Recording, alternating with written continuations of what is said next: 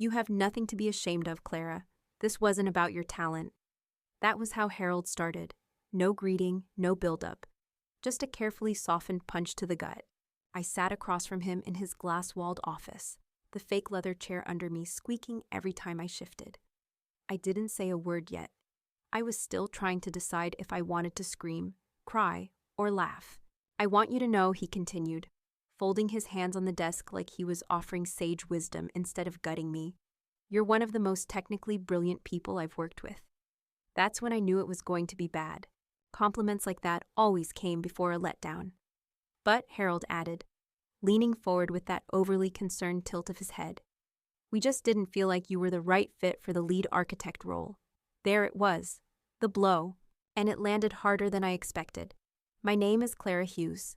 I'm 32 years old and I live in Seattle. For the past 5 years, I've poured everything I had into Briarwood Architects. Late nights, endless revisions, spearheading overhauls to a system no one else even noticed was broken. I won us 2 major municipal design contracts in the last 12 months alone, and somehow none of it mattered. I cleared my throat. Can I ask who you chose? Harold smiled like he was breaking good news. Sabrina, of course. She just has a natural way with people, he explained, as if that meant anything. She's collaborative, charming. She knows how to bring the team together. I bit the inside of my cheek so hard I tasted blood. Sabrina, the same woman who once submitted my design sketch as her own in a team draft, and got praised for it. But you've done amazing work, Clara, Harold added quickly. Don't think this is a reflection of your value. You're just very results-focused. Sometimes that can come off as a little inflexible. That word again. Inflexible. Translation, not good at sucking up. I reached into my bag and placed a sealed envelope on his desk. His eyes flicked to it. What's this? My resignation, I said. His face shifted. Clara, let's not be rash. I'm not being rash. I stood. I'm being results-focused. As I walked out, the weight in my chest started to lift. I already knew what I was doing next. They just didn't know it yet. I didn't pack up right away. I went back to my desk, logged in like it was any other Tuesday, and started sorting files. Not for them, for me. Everything I had touched over the last 5 years, I wanted a clean trail. Not because I was stealing anything. I just wanted proof. Proof of the projects I led, the templates I created, the reports no one had time for until they saved the company thousands. My folder system was immaculate. If Harold ever tried to claim someone else built the efficiency model, he'd have a digital trail of timestamps and track changes saying otherwise. The office was quieter than usual. It always was in the morning. Just the low hum of email notifications and the occasional sound of Sabrina's laugh, carrying over from the corner office she somehow got upgraded to last month. Speak of the devil. Oh my God, Clara, Sabrina chirped as she floated over, coffee in hand. Fake sympathy painted all over her face. I just heard, I didn't look up. Heard what? About the promotion. I hope there are no hard feelings, she said, drawing out the word hope like it was her idea of grace. I finally met her eyes and gave her the kind of smile you save for people you'd rather forget. None at all. Congratulations, she tilted her head. I always admired your work ethic. You're so efficient. There it was. Another coded digit. Efficient like a machine. Not personable enough. Not shiny enough for client dinners. Well, she said with a shrug, if there's anything I can do to help you through the transition, just let me know. I nodded slowly. Will do. She walked away like she had just done charity. I turned back to my screen and finished uploading my final document. A report summarizing the cost savings from my design optimization software. Over $2 million in 3 years. At the bottom, a short note. This model was independently created and patented by Clara Hughes on May 4th, 2024. Patent number US 2982734B. I attached it to my resignation email and hit send. Let them pretend I was replaceable. They'd figure out soon enough that I wasn't. The email came on a Wednesday morning, just 4 days before my final day. I was halfway through boxing up my books when I saw the subject line. Coffee? Victor Lee. I blinked. Thought maybe it was spam. Then I opened it. Clara, I heard through the grapevine that you're moving on from Briarwood. I've been following your work for some time. Your recent municipal redesign proposal was one of the most elegant solutions I've seen this year. I'd love to meet. My treat. Let me know if you're free this week. Victor Lee, CEO, Meridian Architecture Group. Victor freaking Lee. He ran one of the top firms in the Pacific Northwest. Known for bold designs, fast turnarounds, and actual innovation, not just fluff. He didn't just build buildings. He built teams, legacies. I replied within 15 minutes. We agreed on Thursday at 11 a.m. at a cafe downtown near Pike Place. Modern, full of light. A place that looked like it belonged in a design magazine. Victor was already there when I arrived, dressed simply in dark jeans and a blazer, sipping something with oat milk. "Clara," he said, rising to shake my hand. "Glad you made it." I sat across from him, trying to act casual while my brain ran wild. "I'll get to the point," he said. "I think you're brilliant. Your system, the planning interface you built. I know Briarwood never gave it the attention it deserved, but I see it. I see you." I swallowed hard. "That's very kind." "It's not kindness," he said. "It's business. I want to offer you a partnership role at Meridian. Director of Design Innovation, full creative control. We'll implement your software firm-wide." My breath caught. He smiled. "Triple your current salary, equity, and I don't mean symbolic equity, real ownership." I stared at him. "You barely know me. I've read every paper you've submitted in the last 2 years. I know your process. And frankly, I don't have time for people who need convincing to recognize talent." I sat back, heart racing. "Yes," I said. "I'm in." He grinned. "Welcome aboard." As I walked out into the Seattle sunlight, my phone buzzed with another Briarwood message. I didn't even open it. I had just outgrown them. My last day arrived like any other Friday, quiet, gray, with the usual stale coffee smell drifting through the office. I had already cleared out most of my things, leaving behind only a few pens and an old sketch pad I didn't care to take with me. At 9:42 a.m., my inbox pinged with a calendar invite. Harold. Quick chat, office. I almost laughed. He couldn't even type out a sentence. When I walked in, he looked different. Nervous. That fake confidence he always wore had cracks in it now. "Clara," he said, motioning to the chair across from him. "Have a seat." I stayed standing. "I won't be long." He cleared his throat, tapping a folder in front of him. "So, I read your report. The one attached to your resignation email. Good," I said. "I had no idea your system saved us that much money." Of course he didn't. He never asked. "I ran it by our finance lead." "Clara, this is significant." I said nothing. Harold leaned forward, trying to soften his tone. "Look, I may have misjudged things. We want to make this right. The leadership team and I talked this morning.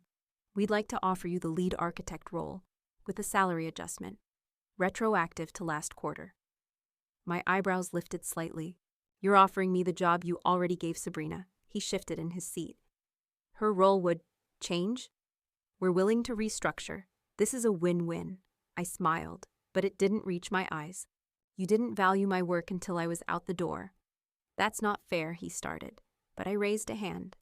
"You had 5 years to notice me, Harold. 5 years to listen, to lead. But you were too busy protecting your inner circle." I picked up the folder from his desk, tapped it once, and handed it back. "That's yours now. You'll need it." He looked stunned. "Clara, don't be hasty." "I'm not," I said, already turning for the door. "I'm just moving on." As I walked out of his office for the last time, I didn't look back.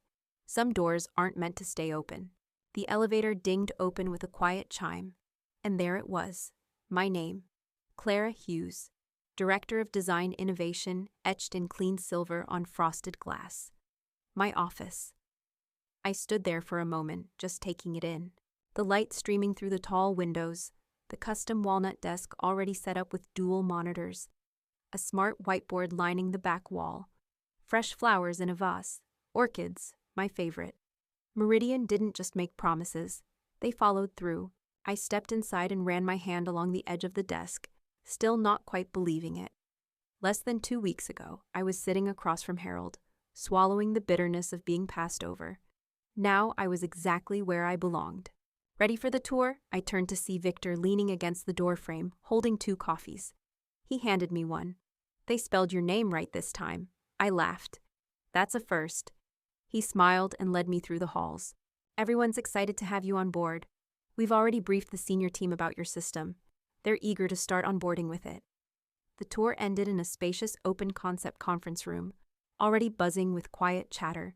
Someone clapped as we walked in. Then more joined. Victor raised a hand. Everyone, this is Clara Hughes, our new Director of Design Innovation. If you haven't read her report yet, you're missing out. A few people chuckled. I spotted the CTO nodding with real respect. Not the polite kind, the genuine kind. Victor continued. Clara's optimization system is going to change how we work, how we design, how we communicate with clients, how we scale. She built something powerful, and we're lucky she's chosen to build it here. I felt the warmth in my cheeks, but not from embarrassment, from finally being seen. Clara, Victor said, stepping back. It's all yours. I took a breath and stepped forward. Thank you. I won't take much of your time, but I do want to say this. Innovation doesn't come from comfort. It comes from people who challenge what's always been done. And I'm here to challenge it, with all of you. After the meeting, I returned to my office, closed the door gently, and looked out over the city. Finally, I had arrived. It was a rainy Monday afternoon, Seattle doing what it does best, when the message came in. Thought you'd want to see this. Maya. Maya had been a junior designer at Briarwood. Smart, quiet, and one of the few people there who didn't play politics. I opened the link she sent and scrolled through the article. Briarwood architects facing client exodus after major project delays. I leaned back in my chair, sipping my coffee as I read. The article laid it all out. How Briarwood had lost 2 city contracts due to delays. How multiple clients were pulling out over poor communication and rising costs. Apparently, Harold had fast-tracked Sabrina into a leadership role she wasn't remotely prepared for. Mistakes in material procurement, missed deadlines, design miscommunication. These are rookie errors, one client had said. It's like the whole firm forgot how to function. I smirked. They didn't forget. They lost the person who made it function. Another message popped up. Maya again. Sabrina's drowning. Harold's pretending nothing's wrong. It's chaos. I stared at the screen for a second. There was a time I would have felt satisfaction. Pure, gloating satisfaction. But it didn't quite land that way. What I felt was confirmation. Confirmation that I had never been the problem. That I hadn't imagined the politics. Or the way my work got buried behind Sabrina's fake cheer and Harold's obsession with team cohesion. I clicked over to our project dashboard at Meridian. Victor had greenlit full implementation of my system across all departments. Turnaround times were cut in half. Revisions went down by 60%. Clients were raving about transparency and speed. A new message popped up from our sales lead. Another referral from the city council. They said we're light years ahead of Briarwood. I grinned. I opened a new tab and pulled up the patent dashboard, watching as the daily user stats ticked upward. More firms licensing the system, more downloads, more traction. I thought about Harold, sitting in his glass office, watching things unravel, probably blaming the market or supply chain issues instead of his own hubris. Let him. I closed the article and went back to work. Briarwood was falling, but I was building something better. 6 months in, Meridian had changed completely. My system, once dismissed as too niche and too rigid, was now the company's core. Every project ran through it. New hires were trained on it. Clients asked about it before they even signed, and on a Wednesday morning in the main auditorium, Victor made it official. He stood at the podium in front of the entire firm, sharp as always in his navy blazer, and cleared his throat. I don't normally do this kind of announcement mid-quarter, he began, but some achievements deserve to break routine. The room quieted. All eyes were on him. Victor glanced in my direction. Clara Hughes came to us with a vision most people didn't recognize, a system that could streamline the very foundation of architectural planning. And now, thanks to her, we're not just ahead, we're leading. A ripple of applause. In just 2 quarters, we've posted the most profitable run in company history. Client satisfaction scores are at 98%. We've won 3 new public contracts and expanded into 2 new markets. He smiled and stepped aside. So with that, I'm proud to announce Clara's promotion to Executive Vice President of Innovation and Systems Strategy. Effective immediately. I sat there for a beat before standing, the applause growing around me. I shook Victor's hand as I stepped up beside him, heart pounding, not from nerves, but from finally being recognized without conditions. Back in my new office, bigger, brighter, with a skyline view, I sat down just as my phone buzzed. New email, Harold Byrne, subject: I owe you an apology. I stared at the screen, then opened it. Clara. I read the article about Meridian. It's clear now what we had, and what we lost. I want to sincerely apologize. I underestimated you. I made decisions based on politics and appearances, and I see now that it cost us. I've since stepped down. Sabrina resigned last month. The board is trying to rebuild. I wish you nothing but success. You earned it. Harold, I read it twice, then typed, Harold, I appreciate your message. I'm exactly where I need to be. Clara, no bitterness, no gloating, just closure. I leaned back in my chair and looked around the office. They once said I wasn't enough of a collaborator. Funny how things change. The projector hummed softly in the conference room as I clicked to the final slide. My team, 50 designers, analysts, and project leads, sat in quiet attention. And that's why we don't chase perfect. We chase what works, what scales, what solves. I stepped away from the screen, letting the words hang in the air. I used to think results spoke for themselves, I added, scanning the room. But I learned the hard way. If you don't speak up for your work, someone else will take the credit. Or worse, ignore it altogether. A few people nodded, some scribbled notes, but most just watched, listening. I didn't sugarcoat the story. I told them about the promotion I didn't get, about being passed over for someone who smiled more, talked more, contributed less, about walking away with nothing but a sealed envelope and an unshakable belief that I could do better. And I did. Let your work shine, I said, but make sure people see you too, not just your output. The room broke into quiet applause, not polite, not forced, just real. After the meeting, I lingered by the window in my office, watching the city shift below. The skyline felt different now, not bigger, just clearer. My phone buzzed with a message from Maya. Just drove past Briarwood. Place looks half empty, signs fading. Weird, seeing it like that. I typed back, they got what they wanted, and so did I. Later that evening, I took a longer route home, out of curiosity more than anything. I hadn't been by the old office since I left. When I pulled up outside Briarwood, it looked tired. The sign was dull and rust-stained. Half the windows were dark. I watched from the car as two staffers carried boxes out to a rideshare. One of them was wearing a coat that used to hang in Sabrina's office. I didn't feel smug. I didn't even feel vindicated. I just felt done. The rejection that once consumed me had become background noise. I wasn't angry anymore. I was grateful, because if Harold had said yes that day, if he'd handed me that title, I never would have walked away. Never would have built something better. Back at home, I poured a glass of wine and opened my laptop. My patent licensing dashboard was pinging with new notifications. 4 new firms onboarding this week. I smiled. Then another message came through. Clara, Briarwood's board is considering you for CEO. Interested in a conversation? I stared at the screen for a long moment, then hit delete. I already had everything I wanted.